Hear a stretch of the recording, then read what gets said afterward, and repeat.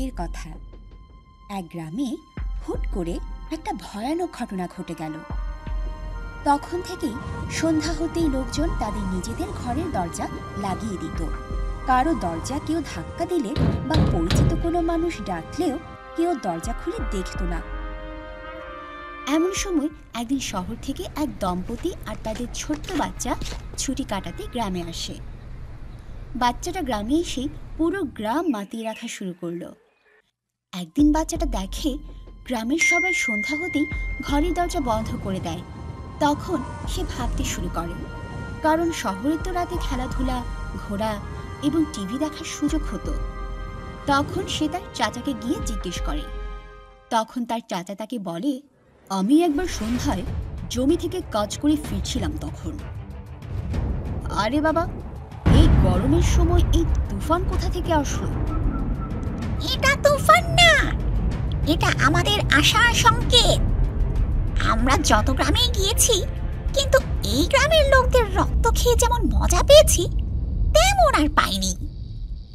হ্যাঁ, এক রাত খেলে 4 রাত না খেয়েই চলে যায়।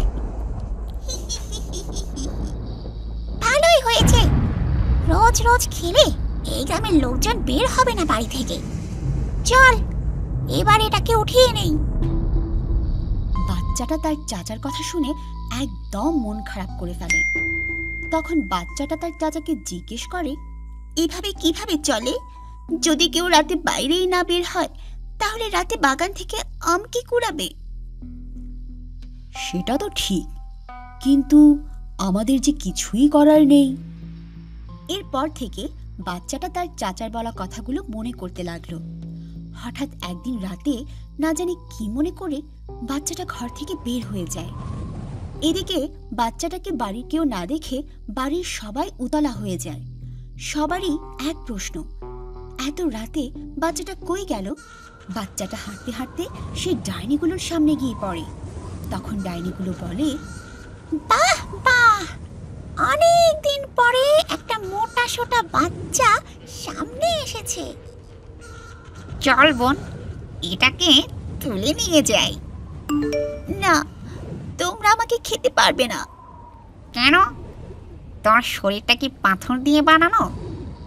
না, পুরো গ্রাম জানে আপনি আপনার ছোট বোনকে সবসময় নিজের খাওয়া মানুষই খাওয়ান।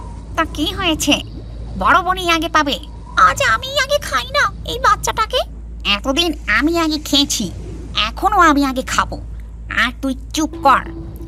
বড় বোনের কথা না শুনে একটা সামান্য বাচ্চার কথায় কান দিস?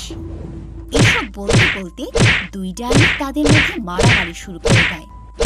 তখনই তাদের ভেতর বড় ডাইনিটার একটা শিং আর ছোট ডাইনিটার দুটো দাঁত ভেঙে যায়। তখন বড় ডাইনিটা বলে, আরে বাবা, আমাদের ডাইনিদের জীবন তো দাঁত, নখ আর শিঙের ওপরেই চলতে থাকে। বাবা গো, বাঁচাও, কে কোথায় আছো? মরে গেলাম তো। তখন দুই ডাইনি চিৎকার করতে করতে হাওয়ায় গলে যেতে শুরু করে। আর সেই গ্রামের লোকজন ওই ডাইনির হাত থেকে একেবারেই রক্ষা পেয়ে যায়।